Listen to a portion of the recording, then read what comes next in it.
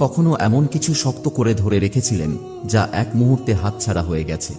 একটা বন্ধুত্ব যা চিরদিন টিকে থাকবে ভেবেছিলেন, কিন্তু শেষ হয়ে গেল। একটা স্বপ্ন যার জন্য অক্লান্ত পরিশ্রম করেছিলেন, কিন্তু তা পূরণ হলো না। একজন প্রিয় মানুষ যাকে ভালোবেসেছিলেন, কিন্তু তাকেও বিদায় জানাতে হলো। এমন মুহূর্তে মনে হয় যেন পুরো পৃথিবী ভেঙে পড়ছে। কিন্তু যদি বলি, এটা আসলে একটা হারানো নয়, বরং সুরক্ষা। আল্লাহ কুরআনে বলেন, হতে পারে তুমি কোনো কিছুকে অপছন্দ করো, অথচ তা তোমার জন্য কল্যাণকর। আর হতে পারে তুমি কোনো কিছুকে ভালোবাসো, অথচ তা তোমার জন্য ক্ষতিকর। আল্লাহ জানেন, কিন্তু তোমরা জানো না। এর অর্থ হলো, আল্লাহ কখনো কখনো কিছু জিনিস আপনার জীবন থেকে সরিয়ে দেন, আঘাত দেওয়ার জন্য নয়, বরং রক্ষা করার জন্য। হয়তো সেই মানুষটি আপনাকে ঈমান থেকে দূরে নিয়ে যেত, হয়তো সেই স্বপ্নটি আপনাকে ভুল পথে নিয়ে যেত, হয়তো সেই বন্ধুত্ব আল্লাহর দেয়া বারাকাকে